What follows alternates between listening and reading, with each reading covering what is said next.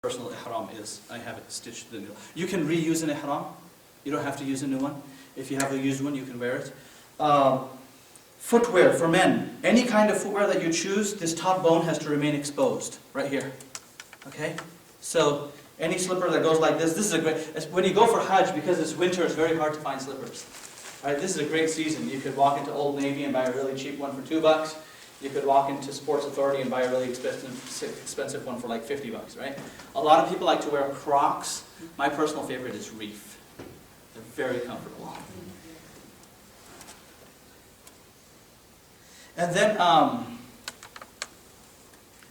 some people have a hard time walking or making tawaf. And if you're going to use footwear to make tawaf, try not to use footwear that you wear outside in the haram. That's su' adab, that's bad adab. And so, me personally, I have a problem with my heels. I developed calluses. So I have this footwear called, this running shoe called the Vibram 5 Fingers. Do you know what I'm talking about? Yeah. And I actually have both. I have the one that's totally open from the top, and then I have the one with the little strap across the side. So if you have those, because you have to keep in mind, this portion needs to remain exposed in the state of ihram all the way through. And so if you have those 5-finger Vibrams, this portion remains exposed. People, unfortunately, I kind of only use it if I have to, because when you're making tawaf, people kind of stare at you like, oh my God, what's that? You know what I'm saying? Me personally, I probably wouldn't wear this bag, but wear it, right? Don't listen to me on this one. Faraydun will not like Not during Ummrah, obviously. Yeah, no, even during Ummrah you can wear it. The only reason I don't wear it, during Hajj, if you've been for Hajj, you know they give you this little badge ID, it says USA Hajj. Kind of don't like that. I don't want to be the USA Hajji. I want to be Allah's Hajji. People don't need to know where I come from. People don't need to know who I am. Right? I want to be a slave of Allah. And I want to be the perfect slave of Allah. Right? Because on the Day of Judgment, you can probably get away with it in this dunya by trying to brag around and walk into a restaurant or hotel and say, oh, they're from America. No. On the Day of Judgment, it's not going to matter. Everyone's going to be equal. The only thing that will take us to the next level is going to be our deeds. Right? So let us reflect. Really, that's something we need to reflect on.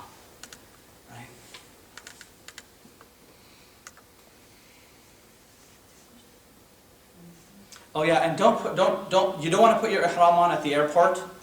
You don't want to put it on the airplane. You want to put it on somewhere where, in this case, Dubai. I mean, for those of us, people who are flying through Frankfurt, they can put it on at the airport. There's a number of places. I mean, in fact, recently, when I went for Hajj, I flew through London. And my parents live in London. So I went home for, I think, 4 or 5 hours. I flew in, wearing my regular clothes. And that evening, when I was coming back to the airport, I was wearing my ihram. I prayed Maghrib. I took a shower, I put on my ihram at home in London, and my brother and my dad drove me to the airport. That's how I checked in, went through, and caught my flight to Jeddah. Right? Because I did not want to put on my ihram at the airport, trying to look for a clean bathroom and so on and so forth. Could have easily done it at home. So that's the advantage of being, close. Oh, and don't check in your ihram, please. Do people make that mistake? Yes. Yeah. And then don't look for Faraydun. Because Faraydun is going to say, I don't know what you're talking about. $250 ihram if you check it in. Yeah, so don't check it. You're going to wear it. You're going to need it in Dubai. Your bags are being checked into Jeddah. Right? So don't check in your ihram. Carry it with you. And the lighter you travel, the better it is. The lighter you travel, the better it is. We're going to move on. A lot of these slides have to do with Hajj. We're not doing Hajj. When you arrive at Hajj, the Hajj terminal is an entirely different ballgame altogether. There's no Hajj terminal here. You're simply walking through the airport out the other side. Bus is picking you up, right, Murad? Look at Murad shaking his head. He's had a few experiences of his own. And you eventually make your way out. We'll make our way to Jeddah, inshallah, and then, to Jeddah airport and then off to Mecca. We will arrive at the hotel, we'll check in, do all the good stuff as people do, and then eventually make our way to the haram. That picture is taken from our hotel. Yes, that's right. This picture was taken from your hotel, and this picture was actually taken from my room while I was there some years ago. But yes, we're staying at the Hilton. That right there in front of you is the new old, I guess, King Fahd extension. And we'll be, do we use the King Fahd, Bab King Fahd, King Abdul Aziz, both, right? Yeah, doesn't make a difference. When one sees the Kaaba for the first time, the Prophet ﷺ says, whatever dua you make upon seeing the Kaaba is an accepted dua. Subhanallah. That's when your dua lists come in handy. All those really long lists that you have, asking for everything that you want in this life and the hereafter, that's when those lists come in handy. The adab that the ulama mentioned, to the best of one's ability, is that when one enters the masjid, that you continue looking down, and ideally when you see the Kaaba for the first time, you want to see it in its entirety. Because as you're walking in, there's pillars. You can see one portion, that portion, you kind of. So try to keep your gaze down to the best of your ability. And then as you get closer to the courtyard, naturally you will know that you're getting closer to the mataf. The mataf is the open courtyard around the Kaaba. And then look up and see the Kaaba. It is a beautiful feeling. May Allah subhanahu wa ta'ala grant all of us the sight of the Kaaba soon, inshallah. Ameen, ya Rabbi. Like I mentioned, every dua that you make is an accepted one. Imam Abu Hanifa, rahmatullahi alayhi, mentions that one should make a dua and begin his or her dua by saying, Ya Allah, whatever dua I make after this dua, accept it from me. Whatever dua I make after this dua, accept it from me. And then make dua. If you happen to be with someone, your spouse, your friend, whoever it is, your roommate, let us give each other the opportunity. Some people may get done in 5 minutes, some people may get done in 10 minutes, and then there may be others who may not get done for an hour. Leave them. It's a beautiful feeling, it's a beautiful sight, and make as many du'as as one can. Cry if you must, there's no harm. Okay, now we're going to begin the Ummrah. There's, at the Kaaba, we begin and end each tawaf and circuit at the black stone, which is known as the Hajar Aswad. This marks the beginning and end of each circuit. We'll be going as a group, so you really don't have to worry about this, but generally, if you're ever alone, all the minarets at the Kaaba are in sets of 2s, except the one that's in line with the black stone. There's only one minaret there. Right, so you can see from outside which corner of the Kaaba the black stone happens to be in. The wall of the Haram, so if the Kaaba was to be here, this is the open courtyard. As the masjid begins, at the wall there's this green light you can see. That's where the black stone is in line with that. And we need to know where the black stone is so that we can begin our tawaf there. The Hatim is a semicircular, about 5-foot high wall on one side of the Kaaba, because as you start at the black stone, and as you're walking, your left shoulder first is the door of the Kaaba, then the Maqam Ibrahim, and then as you walk around there's the Hatim. The Hatim is considered a part of the Kaaba, which is why when we make tawaf we should go around it and not through it. If you ever do get inside it, it's as if you are inside the Kaaba, so one should pray 2 rak'ahs and make dua to Allah subhanahu wa ta'ala. The third landmark I want to cover is the Rukn Yamani. As we are walking around the Kaaba, the corner which is right before the corner when we get to the black stone, that is known as Rukn Yamani. Right? That is known as Rukn Yamani. There's a very specific action that should be done at Rukn Yamani, if it's possible to do so, and a specific dua that one recites all the way to the black stone. We'll come to that. So those are 3 landmarks I wanted to cover. There's 2 brief videos which I'm not going to cover. We're going to move on. Unfortunately, the pictures are no good, so I'm just going to move on. Okay. Then there's 2 things that brothers need to do during their tawaf. One is Ramal. Okay? Ramal is to walk like a brave warrior. And this is to be done in the first 3. Sisters, you don't need to do this. Brothers, you will walk like a brave warrior in the first 3 of the 7 circuits. You will sometimes see people kind of jogging, right? That's because they're trying to do Ummrah. Other times you'll see people kind of picking their legs up and doing tawaf. That's because they are doing Ummrah, right? That's done in the first 3 circuits. Iltiba' is done in all 7 circuits for the men. So as you were wearing your top half of your ihram like this, it's very simple. You just pretty much go right under the bottom and around. That's it. So your right shoulder remains exposed. Now the rule with the right shoulder remaining exposed is that it only remains exposed for the 7 circuits. As soon as the 7 circuits are complete, before you even pray the 2 rak'ahs, you go right back up and cover yourself. And the reason I mention that is because sometimes you will see people like this during sa'i. Okay, and they're making their sa'i from Safa to Marwa like this. Now, don't go and tap them on the shoulder like some people do, the Sharia police, and say, brother, you're wrong, don't do this. Rather, at least know that that is wrong and you shouldn't be doing it for as long as whatever's works for them, works for them. But generally, this is to be done in all 7 circuits. Do you see? So this is the wall of this is the courtyard. Do you see that there? That's a green light. I apologize if you can't see it, but that's sort of the green light that you should be able to see. We're going to move on, and we're going to begin tawaf in a few seconds. Okay, we're going to. Okay. So tawaf.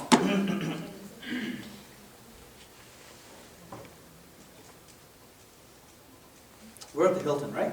Yeah. So we're probably coming in from here, right about here. Right, as you walk in, you'll probably be walking towards. By the way, any masjid that you walk into in any part of the world, what's the sunnah as you walk into the masjid? Rak'atayn. Rak'atayn, 2 rak'at tahiyyat al-masjid, right? Tahiyyat al-masjid. There is no tahiyyat al-masjid at the Kaaba. Okay, there's no tahiyyat. The tahiyyah of the Kaaba is a tawaf. Right? The tahiyyah at the Kaaba is a tawaf. Why? Because it's the only place in the world you can do a tawaf. Khair. You come in line with a black stone. Just imagine this table to be Kaaba in this case. Come in line with a black stone. You will stand facing the black stone. Everyone, men, women, everyone. And then as you begin, when you begin your prayer, what do? Raise your hands to your ears and say Allahu Akbar. Is that right? So in this case, we will raise our hands to our ears and say Bismillahi Allahu Akbar and put our hands down. At that point in time, that's synonymous to the takbir tahrima of salah. Right? When you say the takbir tahrima of salah, right, everything from then onwards, you don't talk to people, you're in a state of worship. And so your state of worship has begun. Bismillahi Allahu Akbar. Now the first thing you need to do, even before you begin the actual tawaf, is kiss the black stone. Is it possible to kiss the black stone? No. No, it's not. You'd be lucky if you can. Especially these days. But khair, you need to make istilam. How do you make istilam? The simplest method of making istilam, arms facing up, palms facing the black stone, saying Bismillahi Allahu Akbar, and kissing your hands. So there's 2 things that we did. Okay? Bismillahi Allahu Akbar, Bismillahi Allahu Akbar, and you're complete. You turn around and you begin your tawaf counterclockwise. Okay? So now, first 3 circuits, you're kind of like a warrior, so you're kind of walking fast. From the black stone, as you walk around, the door of the Kaaba is right here. Okay? From here all the way to here, you continue to say, رَبَّنَا أَتِنَا فِي الدُّنْيَا حَسَنَةً وَفِي الْآخِرَةِ حَسَنَةً وَقِنَا عَذَابَ النَّارِ. Once you pass the door of the Kaaba, you can make any dua that you want. From your book, from your heart, Urdu, English, Farsi, whatever, in any language. The last thing though you want to do is have your cell phone out and start taking a video and then email it to your family and friends. Pull out your Facebook and check in at the Kaaba while you're making tawaf. Pick up your phone and you call your auntie in Pakistan and say, Assalamu alaikum auntie, I'm in Ummrah. No, none of that, right? You're having a conversation with Allah. We may not be saying anything, but we're still in conversation with Allah. Right? In Salah, when we're behind the Imam, do we recite anything? No. Are we still in conversation with Allah though? Yes. So we're in a we're in a conversation with Allah subhanahu wa ta'ala. Though as one makes tawaf, it is a moment of acceptance and one should continue to make dua. You continue with your tawaf. As you come around to this end of the Kaaba, here's where you have the hatim. You don't walk through, you don't cut through like, yes, got it, you know. Walk around. And then you come around. This is the rukn. Remember, this is where the black stone was? This is where the rukn yamani is. The sunnah with the rukn yamani is to touch it with both of your hands. If you can't touch it with both of your hands, you touch it with your right hand and your right hand only. And if you can't touch it at all, you don't do anything. You simply walk by like you did at all the other portions in the corners of the Kaaba. The majority of the people are simply going to walk by. Now the reason I mention this is because you will see people as they walk by, they wave at the Rukn Yamani. That is incorrect. Right? You simply just walk by. If you happen to be close to the Kaaba, because, by the way, because of the amount of construction that's going on at the Kaaba right now, the only place we are going to be able to make tawaf is in the courtyard. Okay? There's one portion of the entire haram that's actually they tore down. So if you happen to be inside the haram on the second floor or the third floor, at some point you just come and you fall down. There's no connector. It's not there. So everyone's making tawaf inside the courtyard, which also means that there's a decent amount of rush there, because all that traffic that would have been distributed otherwise happens to be there. But if it makes you feel any better, my father just performed his Ummrah yesterday on a wheelchair. He fell down and broke his femur in Medina Munawwara, so he's on a wheelchair doing his Ummrah, and he was able to do it on a wheelchair in the courtyard, and so that probably gives us, it's maybe a number of people, but definitely not, doable, inshallah. As you come to the Rukn Yamani, right, as you come to the Rukn Yamani, like I mentioned, touch it with both of your hands. If you can't touch it with both, you touch it with your right. If you can't do either of those, you simply walk by. From that point onwards, you say, رَبَّنَا أَتِنَا فِي الدُّنْيَا حَسَنَةً وَفِي الْآخِرَةِ حَسَنَةً وَقِنَا عَذَابَ النَّارِ رَبَّنَا أَتِنَا فِي الدُّنْيا حَسَنَةً وَفِي الْآخِرَةِ حَسَنَةً وَقِنَا عَذَابَ النَّارِ رَبَّنَا أَتِنَا فِي الدُّنْيا حَسَنَةً وَفِي الْآخِرَةِ حَسَنَةً وَقِنَا عَذَابَ النَّارِ. If you're closer to the Kaaba, you'll make it to the black stone quicker. If you're further away from the Kaaba, it'll take you a little longer. If you had to be even further away, it'll take you even longer. Right? Eventually, you get to the black stone. When you get to the black stone, you have to make istilam. Put your arms out, palms facing the Kaaba, the black stone, Bismillah, Allahu Akbar, kiss, and you move on. Remember that 7-beat tasbih? You want to decide now whether you're going up or down. Okay? Because sometimes you get to 3 or 4 and you can't remember whether you were going up or you were going down. Okay? No, it's real, right? So you want to keep that in mind. So, total of 7 circuits. First 3 circuits, you're walking like a brave warrior. All 7 circuits, your right shoulder is exposed. You are kissing the black stone, making istilam of the black stone at the beginning of every circuit and at the end of the last. So you will kiss the black stone 8 times. You will make istilam 8 times. Okay? The beginning of the first, the beginning of the second, the beginning of the third, the beginning of the fourth, the beginning of the fifth, the beginning of the sixth, the beginning of the 7th, which is 7, and at the end of the 7th, that is your 8th time. Once you're done, it's time to pray 2 rak'ahs. The sunnah of Nabi Muhammad sallallahu alayhi wa sallam was to pray 2 rak'ahs behind Maqam Ibrahim.